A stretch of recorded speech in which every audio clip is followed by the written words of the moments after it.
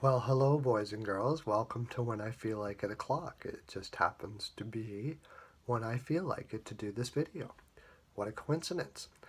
Um, if you've been watching my previous videos, and why wouldn't you? I have no idea.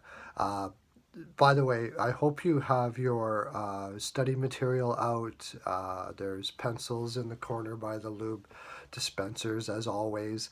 Uh, be I, because this is going to be important information, boys and girls. You're going to need to know this. If you've watched my previous videos, you'll know that I picked Washington to beat the Pittsburgh Penguins, and they should have. There is something wrong in that on that team. I First of all, let me tell you that I'm obviously not at my best right now. I'm going to have to get myself a nice warm bubbling tub of Nutella and just soak in it for the next 4 or 5 hours, probably somewhere around there, uh, in order to get this cold or flu or whatever it is out of me. Nothing nothing can penetrate or keep in your system that is bad that Nutella can't fix. So, anyways, yes, we are going with the Washington Capitals. There's something wrong with that team, and I hear a lot of people talking about the trading of Ovechkin and stuff like that. I think that's highly unlikely. However, uh, I think the issue you might have there is Ovechkin's a little too high on his horse, and from what I see for his body language, he almost looks whiny. Like he's picking. It's almost like he's pointing out his players or he's calling them down. Uh, I'm I'm really for the Washington Capitals. There's a big concern here. Fortunately, you have possibly the second best coach in the league in Barry Trotz, and I'm sure he will, within another year, be able to alleviate this problem. If not, you could be correct. Ovechkin could be out the door. But Ovechkin isn't the whole problem, and that's for sure. He certainly is an extremely hard worker and he tries as hard as he can. But I think there's some attitude adjustment that needs to go there with him. And quick for the amount of money he's being made. That being said, I think it could possibly see a lot of changes in Washington. Uh, you could see things like Kuznetsov, Burakovsky, Johansson.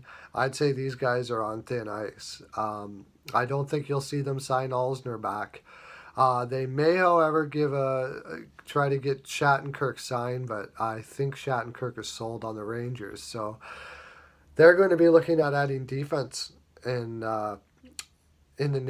next year.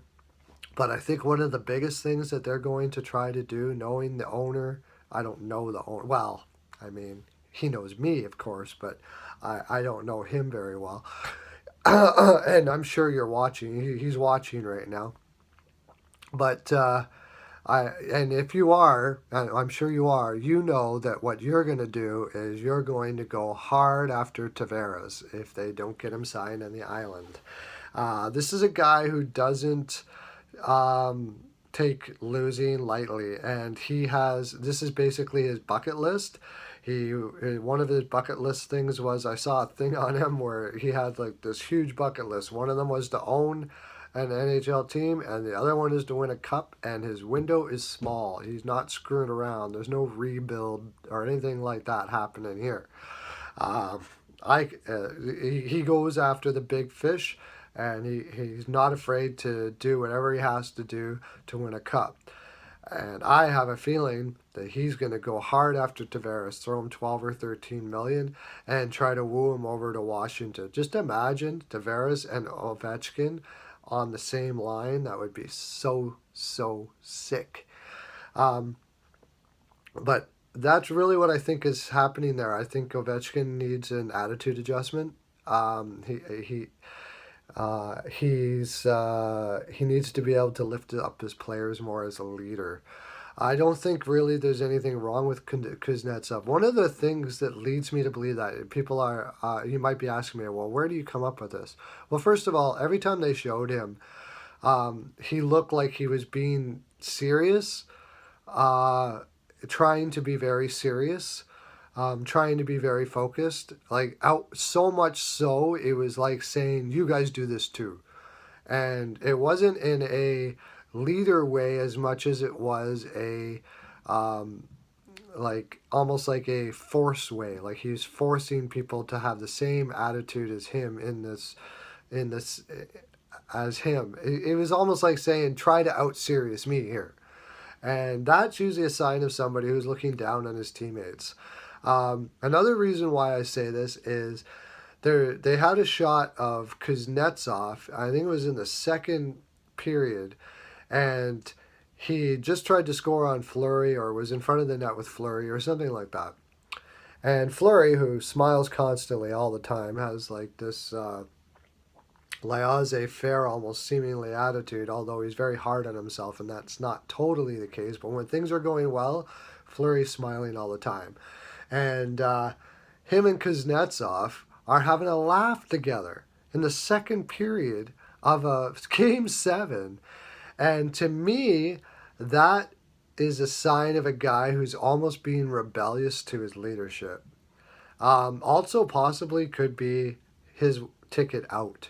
Um, it's going to be interesting to see. It's hard to say. It depends on which way they look at it. Are they going to look at it as we want people to be more serious as Ovechkin? And Ovechkin's not the most serious guy in the world. If anybody has ever seen his, you've seen his commercials and stuff like that. The guy's not like all serious, but he was trying to be serious in this series, almost overtly so.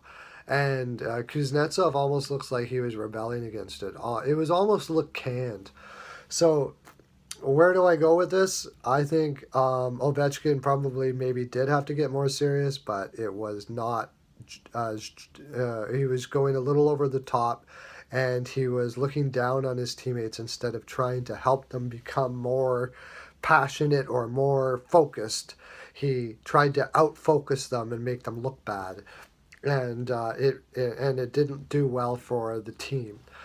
Like I said, my thinking is they're going to go hard after Tavares, and if that's the case, you're going to Kuznetsov, Johansson, those guys are probably going to be shipped out for some some draft picks, and stuff like that, and then they'll try to add their D with whatever cap space they have. But I'll get more into that when I start doing my summertime.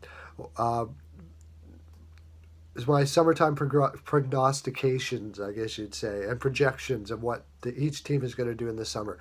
Have your eyes open for that. It's going to be a potpourri of NHL enlightenment. I'm sure you'll love it. Oh, I don't have my body lube. Where's my body lube? Oh my gosh. I usually have it right here, boys and girls. I don't have any on me, but you know what it is. You know what Jaime's is. You got it. You've got so much of it. Make sure you're well lubed. Jaime's body lube. It's the best. There, I said it. My NHL Pearls of Wisdom. Go check out all my vids. Look at all the enlightenment, the wisdom that will pour onto your lap. Go into my early ones and see how my projections were accurate, which most of them actually were. So you can see and have confidence in my projections for the future. Have a great day, everyone. Lots of love to you.